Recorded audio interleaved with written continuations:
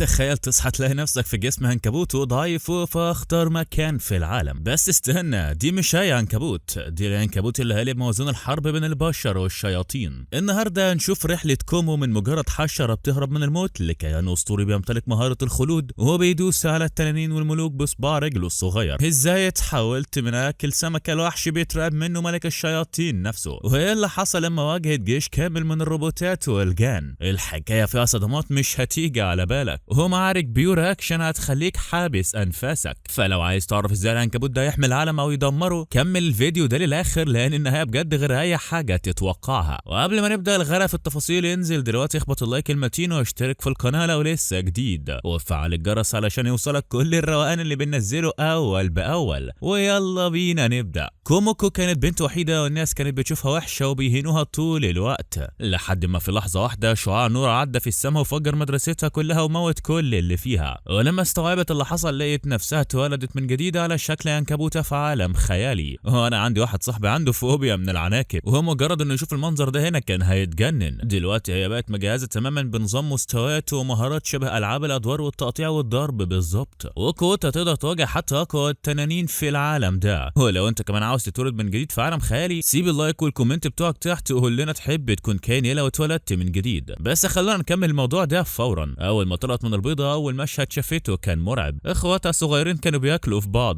ومن غير ما تفهم اي حاجه حاولت تهرب من المجزره دي، بس ظهر قدام عنكبوت عملاق كان مستعد يقتلها في اللحظه دي، ودي كانت امها. وبالنسبه لها كوموكو ما كانتش اكتر من مجرد اكله، وهي يائسه وبتجري علشان تعيش. تمنت من كل قلبها يكون عندها قدره خارقه زي اللي بنشوفها في انميات القوى المبالغ فيها. وفجاه طلع صوت من جوه دماغها بيعرض عليها تختار تصرف 100 نقطه مهاره علشان تتعلم مهارات التقييم، ووافقت من غير تردد. ولو ده كان فعلا عالم موازي فالميزه دي كانت هتبقى مفتاح نجاتها. بس العالم ده مش زي عالم السلايم او عالم مكنه البيع، ده في الحقيقه عالم مدمر تماما. وعشان كده مهاره التقييم اللي كانت بتحلم بيها طلعت في الحقيقه ملهاش اي لازمه، ومهمتها بس انها تعرف اسماء الحاجات، وبكده هي ضيعت كل نقطها على مهاره بتخليها تشوف اسامي الحاجات بس. ودلوقتي ومن غير اي موارد خالص كانت محتاجه تدور على اكل، ومع ذلك المتاهه اللي اتولدت فيها كانت مليانه كائنات خطيره جدا، وكل واحد فيهم اموت من التاني. ولما حاولت تدور على طريق تاني شافت رجلين بني ادمين وافتكرت انها اخيرا هتلاقي حد يساعدها، بس لما قربت اكتشفت ان البني ادم ده ما كانش غير جثه اخوها. والمشهد كان صادم لدرجه انها فقدت السيطره وعملتها على نفسها. بس بما انها عنكبوته فالحقيقه ان اللي طلع كان خيط حرير ابيض بس. الناس بس العنكبوته دي تقعد تصرخ وتقول ارانا، وهتبقى شبه عنكبوت مهين في لعبه مشهوره. وهي بتكمل بخوتها بنت بيت صغير متامن بكل الدفاعات اللي قدرت تتخيلها، بس الجوع الشديد ضعف جسمها وخلى كل حاجه تنهار، فكان بديلها الوحيد وحش جدا، وهو انها تاكل اخواتها الميتين. وقبل ما حياتها توصل للصفر بدات تاكل جثه اخوها. ولما خلصت النظام اعلن عن مهارتها الجديده ملك الاكل. المهاره دي جت في المستوى الاول، ومعاه فتحت مهاره محرمه وكمان سحر الهرطقه. وبسبب فضولها حاولت تكتشف ازاي تستخدم النوع الغامض ده من السحر، وهي فاكره انها جات لها فكره عبقريه. ركزت كل طاقتها وحاولت تستدعي سحر الهرطقه ده. وهو بعد شويه وقت كوموكو لاحظت ان في ضفدعه اتحشرت في خيوطها، بس الوحش رد فعله وضرب ماده كيميائيه في عينيها مباشره وعمى جزء من نظرها، والضفدعه فضلت تهاجمها بالسم. بس لما كوموكو فتحت مهاره مقاومه الاحماض في المستوى الاول بدات تتفادى الهجمات بدقه اكبر لحد ما اخيرا قدرت تديها عضه. ومع مرور الوقت فضلت تاخد بركه جديده، وفي الحاله دي كانت مهاره. والضفدعه كانت خلاص يائسه وتفت سم على جسمها كله، بس حتى وهي مصابه كوموكو حلفت ان الضفدعه دي هتبقى اكلتها. وهي بتنط من الناحيه للتانيه فادت كل الهجمات، ولما لقت فرصه هجمت من ورا وغرست انيابها في رقبه الوحش وخلصت عليه بسهوله. ولما كسبت عملت راسه فورتنايت علشان تحتفل، بس لما دقت اللحمه عرفت انها من اوحش الحاجات اللي دخلت بقها قبل كده، ومع ذلك ده كان كفايه علشان يخليها عايشه. والنجاه كانت معناها انها تستحمل اي قرف، وهو مع مرور الايام اصطادت ضفادع اكتر واكتر، وكانت بتجيبهم كلهم لبيتها الجديد اللي بنته. ولما وصلت لحد معين مهاره انيابها السامه اتطورت للمستوى الثاني وجسمها بدا يتحول. والنظام اعلن وقتها ان كوموكو وصلت للمستوى الثاني، وده خلى كل مهاراتها تتحسن وجروحها تخف. ما لحقتش تفرح علشان لاحظت ان شبكه من شبكاتها اصطادت كائن ثاني، بس المره دي كان بني ادم. هو الراجل ده لما قنبله حركه حرقت كل شباكها وهرب، وساب وراه بيضه غامضه. بيتها الضعيف انتهى بالحال انه اتدمر، بس كوموكو ما استسلمتش وبنت كل حاجه من جديد، وعملت قاعده جديده فيها حاجات شبه المطبخ والصاله واوضه النوم. ده غير انها عملت نظام انذار بيتهز كل ما وحش يتحبس، بس معدتها نبهتها انها خلاص هتموت من الجوع. وعشان تفتح بيتها الجديد قررت ان ده الوقت المناسب علشان تاكل البيضه النادره اللي اتثابت دي. بس لما حاولت تفتح البيضه لاحظت ان الحاجه دي انشف من الحديد،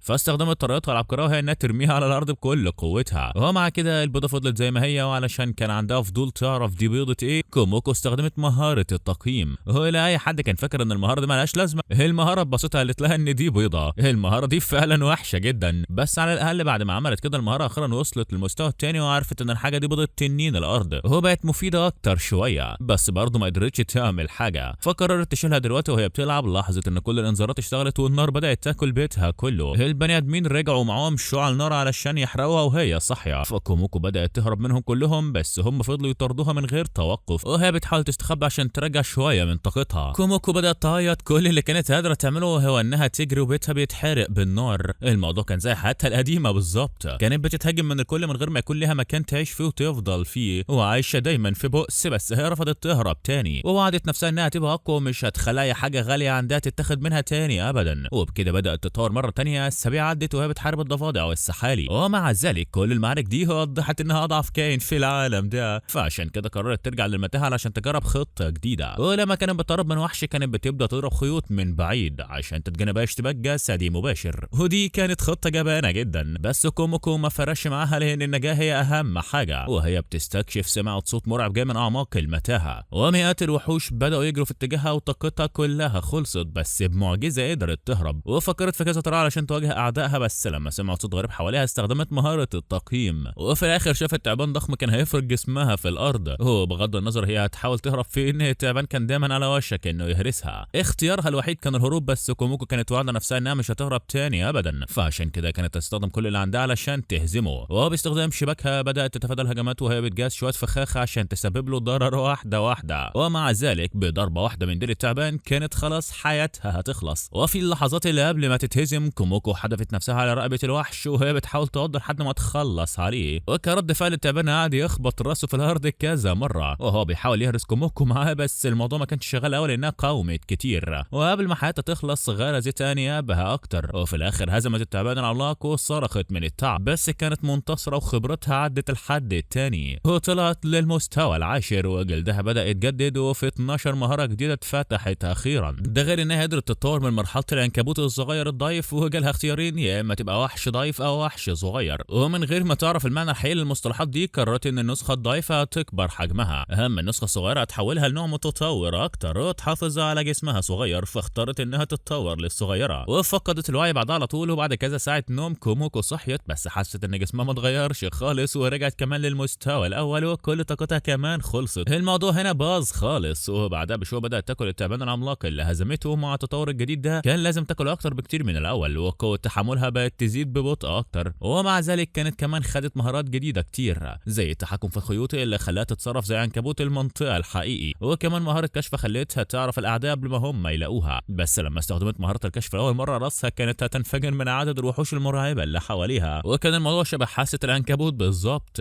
المهم اول ما بدات تثق اكتر في تحكمها بالخيوط عشان تهزم اعدائها قدرت تهزم 10 وحوش بشكلها الجديد، واخيرا وصلت للمستوى الثاني. ومهاره التقييم بتاعتها كانت وصلت للمستوى السادس، وتعرفت ان في العالم ده المستوى العاشر غالبا هو اقصى حد لاي تطور، عشان كده قررت تجرب مهاره التقييم بتاعتها دلوقتي. وطلعت قويه بشكل مش طبيعي، وباستخدام القوه دي على نفسها قدرت تشوف كل صفاتها، واكتشفت ان سرعتها كانت تقريبا 10 اضعاف اي صفه تانية عندها. واول ما خلصت حست بمجموعه بني ادمين بيقربوا من وراها وبدات تجري بيأس عشان تنقذ حياتها، بس هم ما استسلموش. الكهف كان مليان فخاخ حطتها الوحوش، وفي الاخر شافت 3 كائنات زرقاء قافلين الطريق بس قدرت تهرب بصعوبه، وهي فاكره انهم هيطلعوا البني ادمين شويه وقت. ومع ذلك ومن غير ما تلاحظ كوموكو اتزحلقت وقعت في اعماق الهاويه، وهي واقعه ناحيه نهايتها المحتمله حاولت تستخدم خطه عشان تخفف الصدمه، بس انتهى بها الحال انها اتخبطت في الحيطه. لا دلوقتي كانت بتنزل ببطء اكتر، بس بعدها 3 نحلاتها مالقه بداوا يطيروا وراها، بس بالعافيه قدرت تنزل من غير ما تتحول بركه على الارض. وفجاه مزيكه حرب الزعماء زي اللي في لعبه دارك سولز بدات تشتغل، وشافت 3 تعابين ضخمه بدات تحارب النحل وحاولت تتسحب وتمشي، بس ظهر قرابه تنين الارض الجبار ومفيش ولا وحش من دول حتى يقدر يخربشه، وهو بضربه واحده قضى عليهم كلهم. وهنا بقينا شايفين الزعيم الاخير خلاص. كوموكو حاولت تهرب مره تانية بس نظره قرابه اخترقت روحها، ولما جهزت نفسها اللحظات الاخيره قرابه ببساطه لف ومشي وساب وراه الحفره اللي اتكونت بسبب قوته المطلقه. كوموكو فهمت ان المره الجايه اللي تراها تقاطع معاها تكون النهايه، فكل اللي كانت قادره تعمله هو انها تعتمد على مهاره التخفي بتاعتها علشان ما تتشافش. ورجعت تجري تاني وقضت ساعات وهي ماشيه في الطريق البائس ده بتشوف بس وحوش قويه بشكل مش طبيعي بياكلوا في بعض، وهي مستخبيه عشان تعيش. وعدت ايام من غير ما تقدر تنام، وشريط الجوع بتاعها كان خلاص فاضي لحد ما في الاخر لقت عيش قواقع ضعيفه جدا واستغربت ليه ما حدش اكلهم، فقررت تاكل واحده وبعضه واحده حصل المتوقع، نقط حياتها اختفت وكوموكو ماتت. فبشكركم كلكم انكم اتفرجتم على الفيديو ده لحد هنا، شكرا واشوفكم. بهزر معاكم، الفيديو ده لسه ما خلصش. هي قدرت تسحب روحها لجسمها تاني على الحركرك وعرفت قد ايه كانت قريبه من الموت الحقيقي، ومن غير نور جوه الكهف ده ما بقاش عندها اي فكره بقالها قد ايه بتلف هناك. بس في الاخر قابلت الكائنات اللي شبه الضفادع دي تاني، ودي كانت اول وجبه عدله تلاقيها في الطبقه السفليه، فهزمتهم بسهوله وخدت لقب سيد السموم. ومع اللقب الجديد ده بقى عندها القدره انها تستخدم سحر السم، بس كل اللي كان فارق معاها هو انها تلتهم كل واحد فيهم لاخر فتفوته. ولما خلصت قررت تحقق السحر اللي خدته جديد وقررت تجربه تاني. المره دي لوحه مهارات ظهرت بجد وقدرت تستخدمه، ومع ان تكلفه نقط السحر كانت عاليه جدا اعتبرت ان السحر ده ملوش لازمه تقريبا، وهي بتفكر ان السحر ده ملوش لازمه اكتر حتى من حياتها اللي فاتت. كانت بتكتفي بس انها تتفرج على الزرع اللي بره من جنبها من غير ما تقدر تلمسه ابدا. بس وهي في وسط الفوضى دي ما كانش فيها طريق للرجوع اللي كانت سريعه قبل كده، وفي اللحظه اللي خلصت فيها سرحانها لاحظت قرد عملاق بيقرب وحاولت حتى انها تتجنبه، بس المجموعه كلها ظهرت وهي بتجري وبتبوظ كل حاجه في طريقها. حاولت تعدي من غير ما حد ياخد باله، بس لما نزلت الارض ظهر قرد غريب وكان خلاص هيفركها بمكانها. فادت كل الهجمات بفرق بسيط جدا، وبعدين نطت وحاولت تربط دراعات الكائن ده في شبكتها، ولما القرد مسكها بدات تلف في الهواء بسرعه جامده، وكوموكو قدرت تقطع شبكتها عشان تفك نفسها. هو ده خلى القرد يلف ويتحبس تماما في الخيوط وهو بيعمل كده، وبعدها غرزت انيابها بقوه في رقبه الكائن ده من ورا، والوحش صرخ صرخه وحشيه قبل ما يقع ميت في الاخر مع نقط الخبره اللي خدتها. وكوموكو اخيرا وصلت المستوى الرابع وهي مخلصه وتعبانه، مشيت تدور على مكان تنام فيه لاول مره من اسابيع، بس فجاه في صوت هز المنطقه كلها، وده كان تحذير لباقي افراد الفصيله دي. وقريب بدات مجموعه كبيره من القرود تتجمع تحت المنطقه اللي كوموكو كانت بتحاول ترتاح فيها، والمسكينه دي ما لحقتش تتهنى بدقيقه راحه واحده وكلهم بداوا يتسلقوا ناحيتها. فحاولت تطلع لمكان اعلى بس القرود بداوا يحدفوا حجاره عشان يمنعوها من الهروب، ومع سد كل الطرق عرفت انها لازم تحارب. فبدات كوموكو تعمل شباك عشان تصد الحجاره قبل ما تخبط فيها، وقعدت تسال نفسها ممكن ترمي عليهم ايه علشان تنقذ نفسها لحد ما افتكرت مهاره تصنيع المحاليل، وفورا بدات تضرب تعويذ سم ضد الاعداء. بس نقط السحر بتاعتها خلصت اسرع بكتير من قتل الكائنات دي، فعشان تكسب شويه وقت بدات تحبسهم على الحيطان بشباكها، ومع كده عددهم فضل يزيد. وكوموكو فهمت ان المعركه دي مش هتخلص غير لما تقضي عليهم كلهم، ورغم ان كل وحش من دول كان اقوى منها بكتير في القوه الغاشمه كوموكو كانت مصممه تهزمهم. ومع التصميم الجديد ده واحد من القرود مسك دراع من دراعاتها وقطعه، وثلاثه منهم نطوا عليها وهي مش قادره تتحرك. بس في اخر لحظه كوموكو مستواها عالي، ولما الثلاثه جم يضربوا الضربه القاضيه كانت هي خلاص نطت من بعيد على الحيطه وسابت قشرتها القديمه وراها عشان تخدعهم، ومع ذلك فضلوا يطردوها. واحد فيهم قدر يمسك رجلها بس كوموكو ضربت فخ عشان تحبسهم كلهم مره واحده. وبعد ما بدات توقع الباقي اتنين حاولوا يهاجموها من الجنب، بس استخدمت شباكها عشان تربطهم في عمود حاد شبه الكوبري وتوقعوا. هو العمود ده وقع على القرود اللي تحت، وكل ده كان جزء من خطتها. وحاطت الكهف كلها انهارت على باقي المجموعه ومستواها زاد بسرعه للمستوى السابع. بس الهجوم لسه ما خلصش، وثلاثه من اللي فضلوا كانوا نسخ متطوره من الفصيله دي. وكوموكو حاولت تكرر نفس الخطه بس واحد فيهم حدف صخره ضخمه عليها، فرجعت تضرب شباك على الحيطه وهللت عدد الاعداء شويه عشان تواجه الثلاثه المتطورين. بس واحد منهم جري لورا ونط نطه سريعه جدا، ومع قرب المسافه بسرعه كوموكو حدفت عليه حجره وحاولت تشبكه علشان ترميه بعيد. بس القرد عشان رشيق جدا قدر يهرب، فاستخدمت سحر السم بتاعها وخلته يبلع كل الماده اللزجه اللي استدعتها. والقرد التاني كان خلاص في الهواء وراح يهجم عليها، وكوموكو رمت عليه شبكتها بسرعه وخلته يشرب السم هو كمان. وكده ما بقيش غير واحد بس، فدورت في المكان كله، بس الاخير كان وراها بالظبط وقدر يقطع نص جسمها بعضه واحده، وهو دمها نزل للصفر ورؤيتها بدات تزغلل. بس قبل ما تقع كوموكو هجمت عليه وحشرت تعويذه السم في بقه وقضت عليه، وهي بتقع مستعده تقبل موتها. الخبره اللي جمعتها وصلتها للمستوى التاسع، وزي ما انتوا اكيد فاكرين لما بتتطور جسمها بيتجدد بالكامل، وده اللي حصل هنا. ودلوقتي بعد ما كل حاجه خلصت قررت تاكل القرود اللي كانت هناك، واول ما خدت اول عضه بدات تعيط لان ده كان اطعم حاجه دقتها في العالم ده وطعمه زي السمك بالظبط. وفي ثواني كانت اكلت كل حاجه. وبعد ما هزمت اخر قرد كوموكو خدت مهاره البصيره، بس افتكرت انها تكون ملهاش لازمه مقارنه بادراكها، لان لو في هجوم جه من بره مجال رؤيتها تبقى من غير دفاع. وفي اللحظه دي بالظبط ظهر التعبان البحري، كائن كل صفاته قربت من الاربع ارقام، بس كان في حاجه غريبه جدا في طريقه حركته، كانه كوموكو قادره تشوف حته من المستقبل. وقتها فهمت ان دي قوه البصيره، ودلوقتي بتوقع كل حركه للكائن ده، فدي بقى اسهل بكتير. وبعدين التعبان فعل مهاره المنطقه بتاعته علشان يمنع كوموكو انها تكمل تفادي، فافتكرت ان الكائن سحب كل نقط سحرها بالهجمه دي، بس نصهم بس اللي راح. وقتها كوموكو فضلت تتفادى لحد ما سحر التعبان خلص في الاخر. وفي العمليه دي مهارتها وقوتها اتطورت اكتر وهي بتجري، ولما التعبان حاول يضرب ضربه بالعرض البصيره اللي اتطورت عندها خلتها تتفادى اسرع كمان. بس لما الهجمات جت من فوق ما لحقتش تهرب في الوقت المناسب، وكانت خلاص هتتشوي وهي صاحيه. فكوموكو فعلت حبس الطاقه وبدات تتحرك بين عواميد المتاهه زي طرزان العنكبوت، واستهلكت كل قوه تحملها وخيوطها بقت اقوى وكمان ضد النار مؤقتا. بس التعبان ضرب دفعه نار اقوى حرقت خيوطها، ومع ذلك العنكبوت صممت واستخبت ورا الصخور وبعدت عن اسوأ الاخطار. ولما قدرت تستجمع قوتها استغربت ان الكائن اختفى لحد ما البصيره كشفت الهجمه الجايه وفادتها بشعره. ودلوقتي والتعبان بقى على ارض صلبه، العنكبوت بدات تتفادى كل ضرباته بسرعته المرعبه لحد ما اخر لقت فرصه عشان تحقن السم في بق الكائن مباشره ووقعته في مكانه فورا. والسم بتاعها ده كان قوي بشكل مرعب وجسم الكائن كله اتدمر. بس هي كانت فاكره انها على الاقل مستواها يعلى بعد ما هزمت وحش قوي زي ده. بس التعبان استخدم مهاره اسمها تبادل الحياه علشان يرجع دمه، وخد المهاره دي خلال المعركه. ولما شافت كده العنكبوت قررت تخلص على كل حاجه باسرع ما يمكن، فاستخدمت شباكها علشان تربطه، بدات تصب السم عليه، وده كان اخر حل عندها. وانتهى بيها الحل انها وقعت على الارض ودمها خلصان تقريبا. بس النظام فورا رفع مستواه من السابع للعاشر، وجسمها بدا تاني في مرحله التغيير الجديده، وكل صفاتها الاساسيه زادت بشكل كبير وحققت الشروط علشان تتطور. فقعدت وسالت نفسها تتطور في اللحظه دي ولا لا، ومن غير بيت تستخبى فيه هتكون مكشوفه وضعيفه تماما. فقررت تشوف اختياراتها، ولو طورت لفئه معينه نسيت اسمها هتاخد لقب مبشره النحس بقوه قتاليه ضخمه، وهي له من لقب كول. ده غير انها مش هتحتاج تقلق من زياده حجمها، فالاختيار ده مثالي ليها. وقبل ما تبدا العمليه دي قررت تستخدم جثه التعبان كملجا وقت البيات الشتوي، والقشور بتاعته هتكون حمايه ممتازه. فجرت الجسم في دوائر علشان تبني حاجه ملهاش وصف غير بيت من الجثث، وهناك بدات تطورها. وبعد كذا ساعه طلعت العنكبوته بجسم متحول تماما وكل شوك، وبدات تحفر في جسم التعبان بحراشفها الجديده. وصفتها كشفت ان بقى عندها 30 مهاره جديده، ومخالبها دلوقتي بتقطع الاكل بسهوله، وده خلاها تاكل تاني احسن وجبه في حياتها كلها. وفي رمشتين كانت اكلت كل حاجه، حتى الناس استغربت لو كان الاكل حلو لدرجه انها غابت عن الوعي لحظه. بس بدل ما تقلق رجعت تحلل المهارات اللي لازم تفتحها، ومنهم كانت مهاره المثابره اللي بتخليها تستهلك نقط السحر بدل نقط الدم قبل ما توصل للصفر. ولما لقت ان المهاره دي جباره فتحتها وصرفت كل نقطها. ومع ذلك مستوى المحرمات عندها زاد درجتين، وفتحت مهاره ابطال الهرطقه. وفي الناحيه الثانيه بنشوف هوجو بيتقدم ضد شون، وعاوز يفهم هو ليه كان بيجمع نقط مهاره كتير كده لحد دلوقتي. والنار اللي حوالين سيفو كانت هتحرق شون وهو بيصد الضربات. وهوجو اعلن في الاخر انه في يوم من الايام هيكون ملك، وعشان كده محتاج يخلص من اي حد يتجرأ يقف في طريقه. والقتل اللي اجرهم هيقتلوا قريب بقى اللي اتولدوا من جديد هناك، وهيسيبوا الوحش علشان يلبسوه التهمه. بس هوجو قال انه هيمثل دور البطل اللي هزم الوحش لوحده علشان ينتقم لاصحابه، وسمعته هتبقى في السما فورا. ووصف مهارات شون بانها ضعيفه بشكل يكسف، وهجمه وهو بيفادي كل الضربات، ومفيش ولا ضربه من شون قدرت تاثر فيه. وهوجو خبطه في شجره ونار سيفه بقت اقوى، وقال له مع السلامه وهو واثق من الفوز. بس في اخر لحظه عصر ما بعيد، والمدرسه ظهرت وقالت انه زودها قوي، ووضحت انها خلاص اتعاملت مع كل رجاله اصابته كمان الوحش. ولما قربت هوجو حاول يهاجمها، بس هي وقعته بضربه هوا فوقع على الارض متهان. والمدرسه طلبت وقتها امتيازات الوصي واجبرت هوجو يوافق، وفورا كل صفاته نزلت الارض وكل مهاراته اختفت. والحاجه الوحيده اللي فضلت كانت معادله رياضيه غريبه جدا، وانا متاكد ان صاحب رانو هيعرف دي ايه. وفي الوقت ده العنكبوته كانت رفعت كل مهاراتها وطورت رؤيتها القويه للرؤيه التلسكوبيه، وافتكرت ان الاسم بيضحك، بس لما جربتها كان كانها عندها كذا مجال رؤيه في نفس الوقت. ومع مخها التاني ده خلاها اقوى بكتير، وبدات ايام التدريب تعدي، وجسمها وصل للمستوى الثالث. ومع تطور مهاره الحياه طول العمر العنكبوته سالت مخ الجسم لو تقدر تدمج العين الملعونه مع الرؤيه التلسكوبيه، وده يخليها تفعل التاثير من بعيد.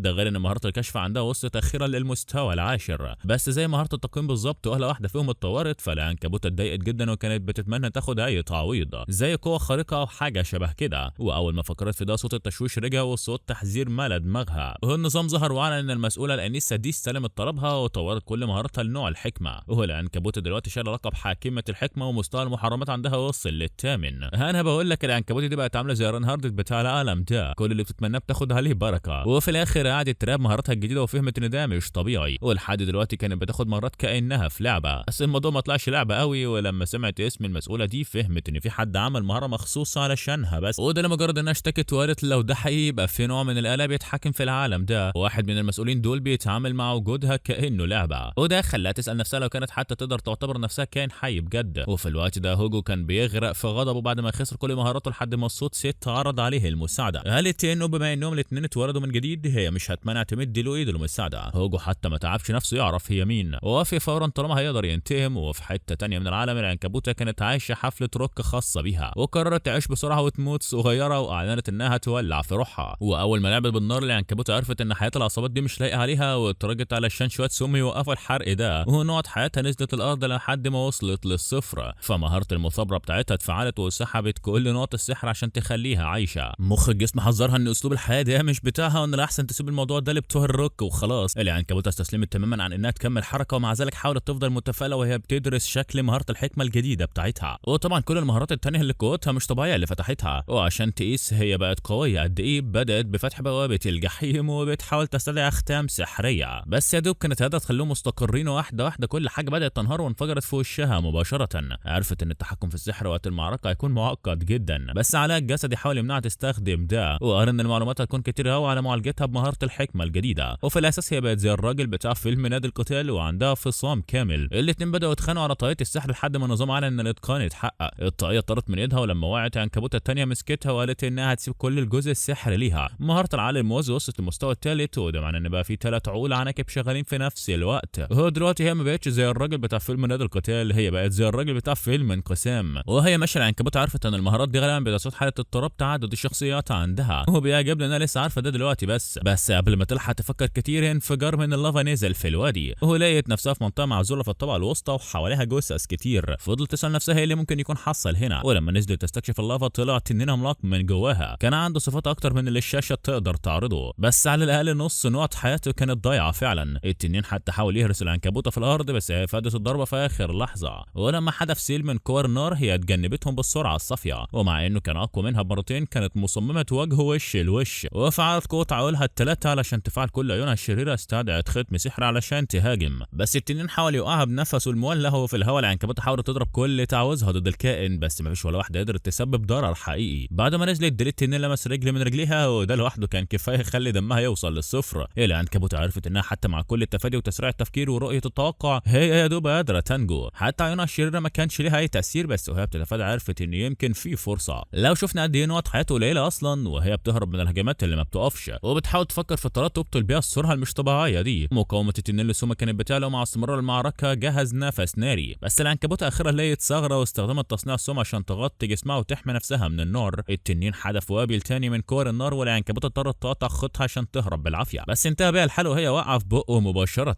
التنين اترفع علشان يبلعها وهي مش قادره تتحرك، ومع انها كانت هتموت كل ده كان جزء من خطتها. في اخر لحظه فعلت مهاره تسريع التفكير ومطت الوقت، وبما ان ما كانش في نار قافله الطريق جهزت نفسها. العنكبوته فعلت ضربه سم العنكبوت الالترا ميجا جيجا، وطلبت من العقل السحري يشغل مهارات سم اكتر. مهاره العقل الموازي طلعت المستوى الرابع وظهر مخ جديد. العنكبوته رمت كره السم في اخر لحظه، بس التنين فورا فعل نفسه الناري وحرق خيوطها حتى من غير ما يلمسها مباشره. حياه التنين نزلت للنص مره تانية، بس قدر يرجع ويواجه العنكبوته وش لوش، وبعد ما ضرب نفسه المولع في وشها مباشره التنين ما بقاش عارف العنكبوته راحت فين، ومن فوق بدات تتكون كره سم عملاقه، والعنكبوته رمتها مباشره على التنين وهي نازله وبتضرب مهاره هجوم الانياب. جسم التنين بدا يغرس، ولما حاولت تهاجم تاني عرفت انه خلاص على وشك الموت. الهجمه المرتده من مهاراتها قطعت دراع من دراعات العنكبوته، والتنين غرق في الاخر. كل ده كان جزء من خطتها، وفي اللحظه الاخيره استخدمت مهاره الطيف علشان تعمل خدعه وتخلي التنين يصدق انها اتدمرت بالهجمه، بس في الحقيقه كانت مستخبيه كويس في السقف ومستعده تضرب ضربتها السريه. من يوم ما الموبايل اتحرق العنكبوته وعدت انها تفضل صامده وهتعمل كده مهما كلفها الامر. اللافا نورت وشها ومزيكه النصر اختفت. العنكبوته عرفت ان المعركه لسه ما خلصتش،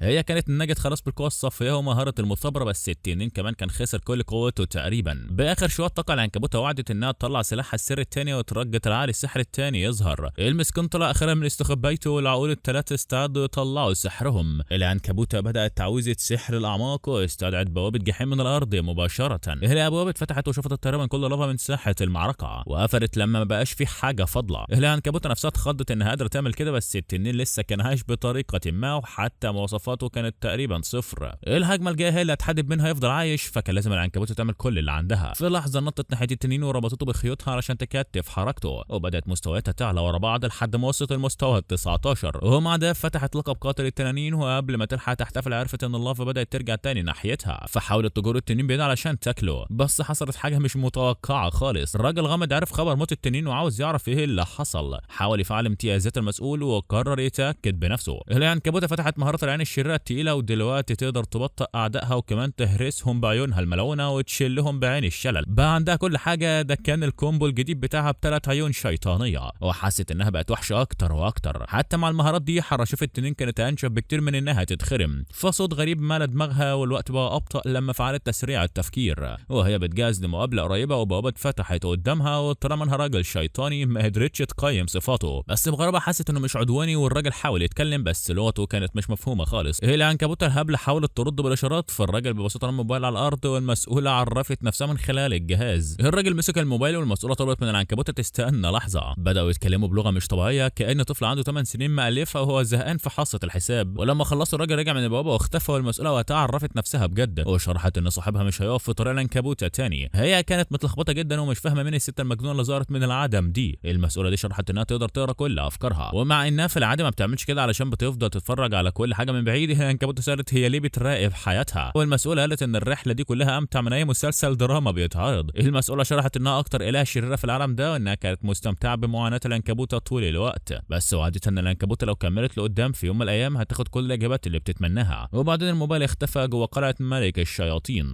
القائد اتجمع مع باقي الرؤساء في اجتماع بس ما فيش حاجه كانت مفهومه قوي، شويه بيناقشوا سرعات واسلحه وخطط بس ما فيش حاجه من دي كانت فارقه قدام الفوضى اللي بتكبر في العالم. واحد من الرجاله رفض يسمع اوامر ملك الشياطين ومشي فورا ناحيه الحرب، بس لما واحد تاني جه سكت قله ادب وملك الشياطين سيطرت عليهم هما الاثنين بخيوطها اللي ما بتتشافش، وامرتهم يقعدوا قبل ما تدمر كل ذره في جسمهم، وبعدين حذرت ان الحرب هتبدا قريب. بعد ما الكل مشي البنت اللي بشرتها بيضه والغامضه استنت جوه اوضه ملك الشياطين واعلنت ان الوقت جه علشان البطل يسيب العالم ده. وعلى بعد 7000 ميل شون خد لقب البطل من العدم، وكل المشهد اللي حواليه بدا يختفي، والطريقه الوحيده ان حد ياخد اللقب ده هو لو البطل الحالي اللي هو اخو جوليس مات. استيعاب الخساره دي دمره وقعد يصرخ من الياس. وفي الوقت ده العنكبوته لسه كانت بتحاول تفهم مين دي بجد، وعرفت انها غالبا يابانيه هي كمان بما انها بتتكلم ياباني بطلاقه. بس بدل ما تسرح في الافكار دي العنكبوته حاولت تركز انها تخلص الطبقه الوسطى تماما، واخيرا لقت الطريق ناحيه الطبقه العليا وبدات تتقدم. على الجبهه البشريه الحرب كانت زادت جامد والقوات البشريه خسرت 10 جنودها. واحد من الجنرالات هنأ القائد على النصر، بس القائد وضح ان القوى البشريه ليها حدود والسهل لو التاني سمع قبل كده عن كابوس المتاهه. من 15 سنه مجموعه استكشفت اعماق المتاهه، كل الوحوش الاصليه كانت بتهرب ومغامرين كتير كانوا مصدقين ان عنكبوته من رتبه اس هي السبب في كل الفوضى دي. وقت الاستكشاف لقوا خيوط قافله طريقهم فاستخدم نار علشان يحرقهم، وهم بيتقدموا لاحظوا البناء اللي مش طبيعي اللي اتبنى حواليهم وسالوا نفسهم لو فعلا في عنكبوته تقدر تبني حاجه معقده كده. يمكن ثبت المكان بس بعدها ظهرت وبصت عليهم من فوق والقائد اتملى رعب شلوا. من غير ما تهاجم العنكبوته فعلت مئات المهارات ونطت عشان تقفل المخرج، وبنظره واحده قيمت القائد وهو كمان قيمها ولاحظ انها ازول مستوى 19 نفس فئه العنكبوته، ومن بين مهاراتها اللي ما بتخلصش كانت قمه الباطنيه، واحده من اقوى المهارات الموجوده. والقائد فهم انه قدام حاجه بره المقياس البشري تماما. وبعدها بشويه التقييم بتاعه توقف وحاول يترجى فريقه ينسحبوا، بس عيون العنكبوته لمعت وكل الجنود وقعوا. الراجل حس ان الكائن ده عنده حكمه مش عند حد تاني، والمساعد بتاعه وقعوا علشان يرجعوا الوعي. والشاب استدعى وحوشه الاسطوريه وبعتهم ضد العنكبوته، بس ما فيش ولا واحد عارف يعمل حتى خدش. عيون العنكبوته الشيطانات فعلت تاني وهرست كل الكائنات في الارض. الكائن المائي بتاع الشاب داب في الميه بتاعته، والسلحفاه الحجريه بتاعته خسرت حياتها كلها بطريقه ملهاش تفسير. واحد ورا التاني كل الجنود وقعوا وما بقاش غير القائدين الاثنين بس جوه دايره الانتقال الاني. فالعنكبوته بدات هجمه ضدهم بس الجندي الشاب نط قدامهم علشان ياخد الضربه وباخر مجهود عنده فعل الانتقال الاني. وهناك الراجل استوعب بجد قد ايه البشر ضعاف، بس كان حاسس انهم بطريقه ما هيقابلوا بعض تاني وسط الوحوش اللي كانت بتظهر في الحرب. والجنود يقدروا يحددوا ملكه باسم غريب جدا مش هحاول حتى اقوله هنا، وده خلى ملك الشياطين تفتح عينيها فورا. وفي الوقت ده العنكبوته نطت وصوتت من الغضب لان الموضوع ما خدش غير ثانيه واحده من غيابها علشان بيتها يتاخد ويتحرق مره تانيه، وكل اللي كانت عاوزاها هو اعتذار بسيط بس هم بدأوا يهاجموها تاني. فعشان كده كل افعالها كانت دفاع مشروع عن النفس. وهنا بنشوف ان في الحقيقه العنكبوته دي كانت هي العنكبوته نفسها بجد. على الاقل قبل ما يمشوا هي قدرت تعلم كل واحد فيهم، ومع كده قررت ان اولوياتها دلوقتي هي انها تلاقي مخرج المتاهه. وبعد المعركه الاخيره النظام رفع مستوى كوموكو للمستوى ال20،